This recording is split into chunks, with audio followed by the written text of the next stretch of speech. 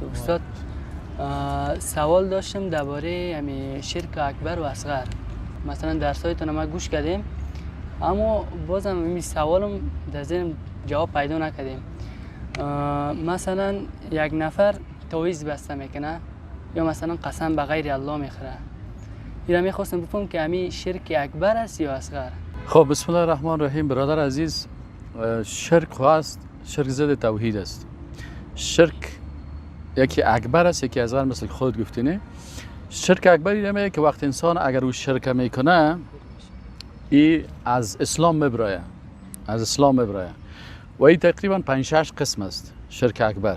و شرک اصغر چی است؟ شرک اصغری است که اگر انسان او شرک میکنه اما عملش باطل میشه اما از دایره اسلام خارج نمیشه، یعنی گناه کلان کرده. خب شرک اکبر چی نمیگه؟ مثلا اگر فرد در ذات الله کسی شریک میره، در ذات الله، مثل که مثلا نصرانی ها میگن که عیسی مسیح که است میگن ای son of God است، بچه خداست، بنابراین این شرک اکبر میگن. کسی برای الله متعال بچه بگویه یا بگه دختر داره یا سکرتر داره یا رئیس دفتر داره، مستقیما گپ مرا شنیده نمیتونه، ما باید پیش از این بت برم بازی بت امی گپ مرا برازو برسانه. پس اینی بچه گفتن یا دختر گفتن یا سکرتر دادن برای الله متعال این شرک اکبر است، انسان از دین میکشه. این در ذاتش است. یا در صفات الله هست، یک نفر در صفات الله شرک میره. در صفات الله چه قسم شرک میره؟ مثلا یک نفر تو را میگیره میشنه میگه تو باش، من فال تو رو ببینم، اوه دیده تو فال تو کس، یعنی خانه تو دیگه تو این 3 مواد ازدواج میکنی، 4 تا زن میگیری. این حالی 4 تا زن تو از کجا میگیری؟ اینا چی میکنه؟ یه از غیب میگه. تو 16 تا بچه پیدا میکنی، 10 تا دختر پیدا میکنی. این حالی فالبین که هسته این خودش در شرک اکبر داخل میشه. به خاطر چی؟ به خاطر شرک در صفات میگن.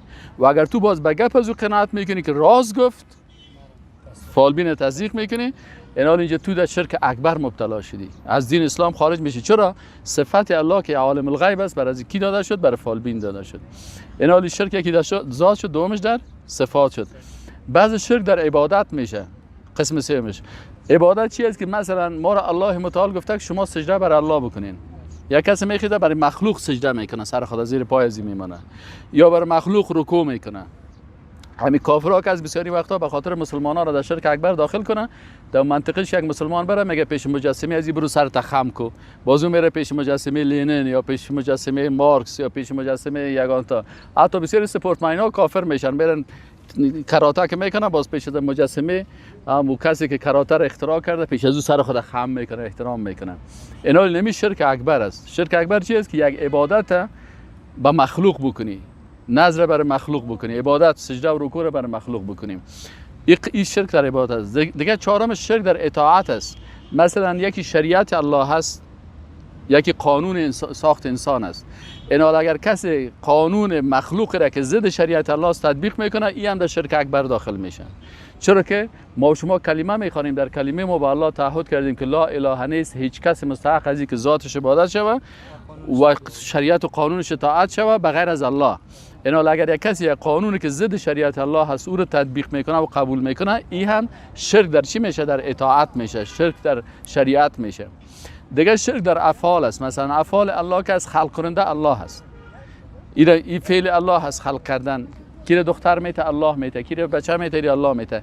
یک کسی میره پیش یک فالبین که تو برای ما یک تعویض بده که برای ما بچه بده، این برش میگه برو ما برات یک عریضه امضا میکنم، ما برات بچه میتم. این حال بچه خود دادن نمیتونه. این حال خلق کننده کی است؟ الله هست. یک نفر پیش یک مخلوق میره، مثل که بت پرستا پیش بت میرن که بگوان برای ما بچه بده یا دختر بده، این حال خود دادن نمیتونه. این حالی چی است؟ این شرک اکبر است. یا در ذات میشه، یا در صفات میشه، یا در عبادت میشه، یا در اطاعت میشه. بله. ولی همون نفری هم که تعویض بسته میکنه، مثلا در ذهنش است که اینمی تعویض ما بسته میکنم تا 1 سال ما چی میشم، یعنی اینمی بچه میتبم تا 1 سال ما صاحب اولاد میشم.